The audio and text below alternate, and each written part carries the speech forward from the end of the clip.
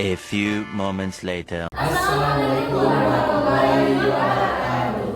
Hai semuanya. Perkenalkan dengan saya Vitalis tadi dengan NIM 23086114 dan juga bersama rekan saya Gita Gusman Utama dengan NIM 23086045. Saya Aulia Rahmi dengan NIM 23086018. saya Tasya Oktavianika dengan NIM 23086106. Dan dengan saya Rahmat Ramadan dengan NIM 23086239. Dan juga bersama coach pelatih renang kita. Silakan dulu Bang, perkenalan diri dulu. Oke, baik. Perkenalkan, nama saya Bangkit Salam Marpaung. Ya, itu nama saya Bangkit. Nah, jadi gini nih Bang, Abang kan udah mendapatkan lisensi renang nih. Oke.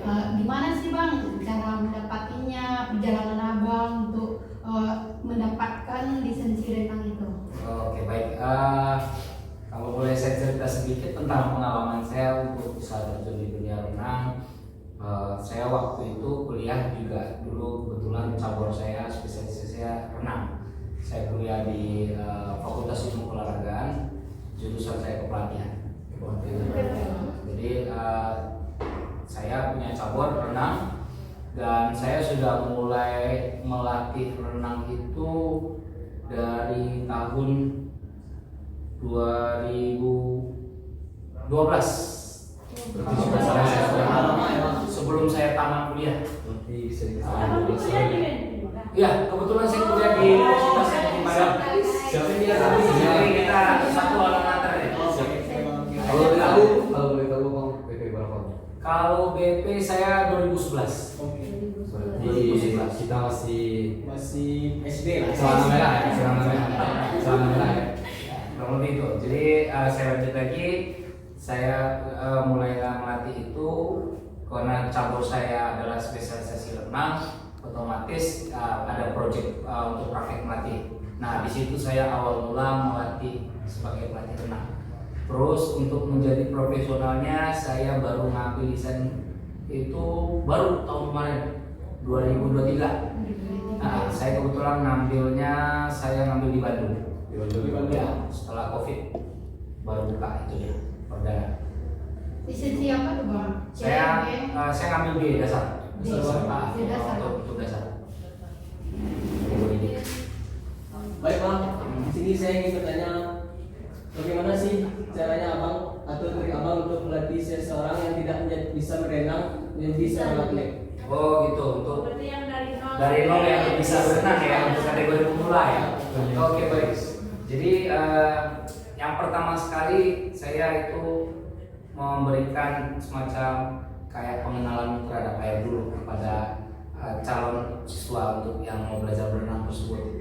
Jadi di situ kita akan memberikan semacam kayak pengenalan air ya, bisa dibilang dengan melakukan duduk di pinggir kolam sambil ngobrol terus kakinya main air sambil basah-basah badannya ambil air siram badannya terus sekali terus, tapi bukan saya tapi si anak yang bisa berani untuk berani ya. Jadi dia bisa berani, dari situ kita akan tahu bahwasanya dia memiliki trauma atau tidak dari situ. Berarti ada tes ya adaptasi pengenalan air itu tahap pertama sekali yang akan saya berikan untuk melatih berenang. Selain itu masih ada. Ya, ketika sudah masuk seperti itu, saya akan mulai masuk fase yang setelah pengenalan air. Yang kedua, saya akan melakukan latihan kemudian untuk pengambilan nafas. Kenapa? Karena ketika cara bernafas di air dengan kita tidak di air itu berbeda. Karena kalau kita tidak di air, ya seperti saat ini, kita bernafas ngambil dan keluar dari lubang hidung. Tapi ketika kita di air, itu terbalik. Kita ngambil nafas lewat mulut dan keluarkan lewat dari hidung. Itu dia.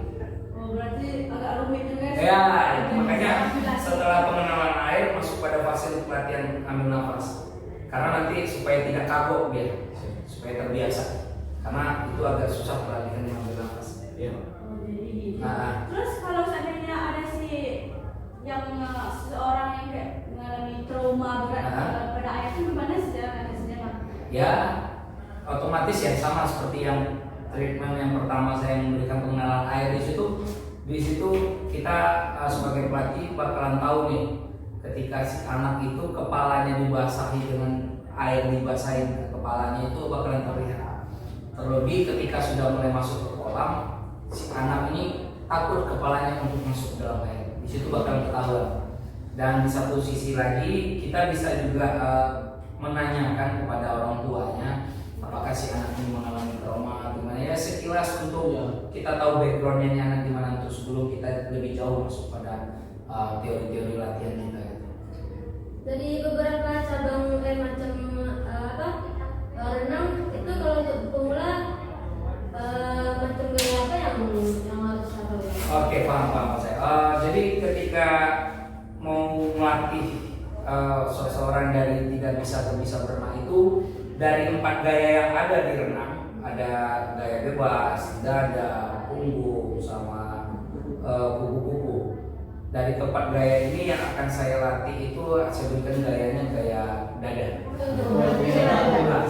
Kenapa? Karena dari keempat gaya ini paling mudah itu adalah gaya dada. Tidak bikin capek dan enjoy. Dia lebih santai dibanding ketiga gaya yang lainnya. Kurang lebih seperti itu. Gimana sih Bang kalau di dalam gaya dada itu kan kita harus enjoy ya. Gimana cara nanti kan kalau pas di dalam kolam itu kita panik gitu Bang. Gimana kita mengatasinya? Gitu. Jadi makanya trik yang pertama tadi kan pengenalan air. Yang kedua masuk pada fase latihan ambil nafas. Nah dari situ kan kita pelatih juga akan mengajarkan, memberikan instruksi bahwasanya jangan panik. Kenapa? Karena ada yang triknya untuk melatih nafas itu ada fase up dan down. Kita muncul kepala ke atas, ambil nafas, terus buang ke bawah. Itu dilakukan berulang-ulang sembari satu sisi untuk melatih pernafasan, satu sisi lagi untuk membuat si anak atau yang mau belajar berenang itu lebih rileks lagi. Berarti buangnya di dalam Bang? Iya. Nah, buangnya di dalam air, muncul ke permukaan, ambil nafas lewat mulut, masuk ke dalam air dan dikeluarkan langsung lewat mulut. Berarti dari lewat hidung tuh Bang? Iya, keluarnya ya. Makanya saya bilang tadi di awal kan bahwasanya ada latihan fase ambil nafas karena terbalik. Iya. Di darat dengan di air berbeda. Jadi Bang, namanya Bang, selama Bang menjadi coach atau pelatih, apa saja bentuk trauma yang dialami anak ini selama di bawah? Oke. Bentuk trauma yang dialami. Yang kayak lebih dominan gitu Iya. yang sehari. Siap. Yang paling sering saya jumpai adalah rata-rata yang pernah kelelep ya, tenggelam, nyaris. Kalau tenggelam otomatis nggak muncul lagi. Ini nyaris tenggelam dia bisa muncul lagi. Jadi yang rata-rata sih biasanya itu pernah kelelep di kolam. Itu yang rata-rata. Jadi dia mengalami trauma dan tidak mau lagi untuk berenang lagi. Nah, itu yang rata-rata kita temui. Dan itu biasanya sih karena tanpa ada pendampingan ya. Iya. Biasanya dia seperti itu. Pergi berenang sama teman-temannya dia belum bisa, tapi karena gengsi sama temannya coba belum. Kita timbasan Kurang lebih seperti itu yang paling sering saya jumpai. Nah, Gimana tuh Bang? Cara Bang membuat anak itu lebih berani lagi kan anaknya udah trauma dia tuh terus biar anak itu mau lagi ke kolam, berani dia melakukan Pendekatan Iya, soalnya kayak ada teman satu kuliah itu Bang yang kata dia sih trauma pas di pantai. oke. Sampai-sampai kuliah Berenang? sama Bapak Bapak nih kayak berenang itu kayak masukin kepala dalam air itu takut sekali. Oke. Jadi untuk triknya itu sih kalau saya pribadi sebagai pelatih ya mungkin jadinya lebih ekstra ya. Dalam artian si anak ini kita akan membawa dia lebih enjoy. Makanya di situ tadi jangan panik, salah satu latihan nafas itu dia membuat itu. Intinya kita hanya berubah posisi yang kita di darat di air. Itu dia. Dan itu kita tidak bisa langsung serta-merta untuk maksain si anak itu dengan mengikuti trik kita. Tapi kita memberikan kepada si anak supaya dia bisa mempush dirinya untuk lebih berani lagi melepaskan trauma ini. Ajar main dulu ya Bang? Ya, seperti itu salah satunya begitu. karena memang saya pernah ada siswa juga waktu itu saya melatih, memang dia pernah trauma dan ya dimulai salah satunya saya sih triknya itu ya masih air dalam kolamnya itu masih bisa terjangkau untuk dia berdiri. Saya mulai dengan trik ya lempar koin, ambil supaya nyelam bikin kepalanya supaya terbiasa. Jadi kita pelatih itu putar otak melakukan trik-trik yang enjoy gitu, sehingga si anaknya udah enjoy, sudah dapat trik dia ambil nafas, kita masuk fase latihan. Oh ya Bang, kan abang nih jadi pelatih dari Oke. ini. Selama abang melatih, udah apa sih yang lebih kayak abang dominan melatih anak-anak yang usia berapa sih kayak SD Oke. atau SMP? Oke, siap. Jadi untuk batasan saya melatih itu untuk calon perenang yang baru belajar berenang itu paling rendah sih saya ambilnya dari usia 5 tahun ya. Tapi ya fase-fase yang paling sering siswa saya anak sekolah sih. Ya kurang ya SD bisa SD ya SMP, bahkan yang tertua pun pernah, orang tua siswa saya sendiri juga ikut kami berenang usia 40 ke atas. Kalau untuk yang orang mempersiapkan tes kayak Oh, gitu. bisa berarti. Kebetulan saya saat ini ada project itu juga, saya melatih BINSIP untuk persiapan yang tes masuk Polri. Jadi ya usia 17 tahun ke atas ya. Ya itu dia. Begitu panjang dan panjang. Lumayan. Udah berapa tahun juga. bisa jadi motivasi. Iya, Ah. motivasi lah bagi kami yang Ya kalau kalian tertarik silakan, cukup menjanjikan sih. Di sini abang kan sudah memiliki lisensi. Apakah abang ada niat untuk melanjutkan lisensi berikutnya? Ya, saya tentunya ada ya, karena kita juga di dunia pelatihan renang juga ada tahapan-tahapan lisensinya. Jadi karena saya seperti saat ini saya masih baru memiliki kategori B, jadi masih untuk pemula. Ketika mau melanjut lagi untuk lanjutan, otomatis saya harus ngambil C. Karena kalau untuk pemula ya sebatas mengajar itu ya. Cuma kalau yang lebih lanjutan lagi berarti kan kita pelatih juga memiliki program-programnya, salah satunya ya untuk melatih yang dari tidak bisa jadi bisa, terus mencetak atlet. Terus kita punya program lebih lagi. Punya target. Ada targetnya gitu kurang lebih. Baik Bang, saya mau ingin tanya Bang. Oke. Biasanya berapa lama tuh waktunya untuk seseorang pemula ini, berapa lama waktunya untuk melatih renang jadi Bisa berenang ya? Menjadi Oke. maksimal Bang.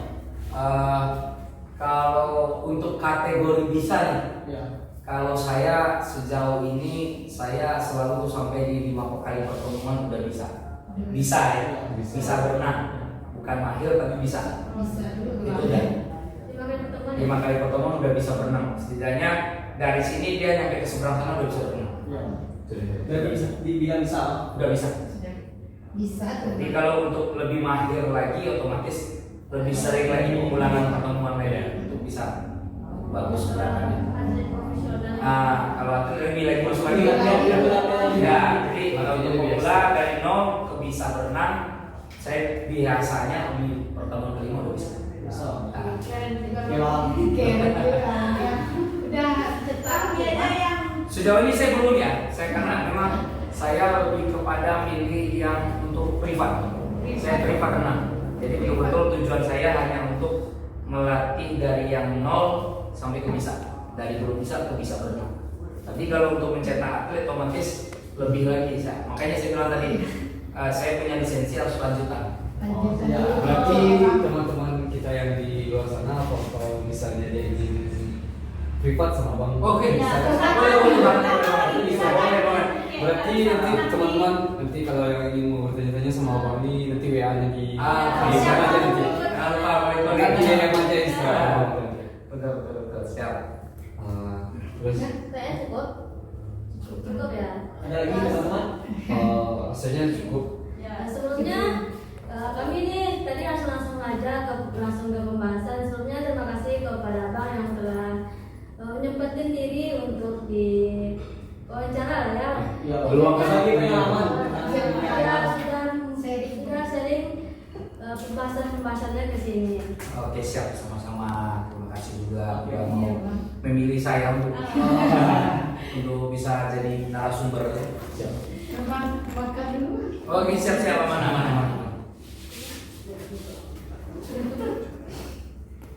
Ya udah, sekian aja lah kan podcast kita hari ini. Kita akhiri dengan Assalamualaikum Assalamualaikum warahmatullahi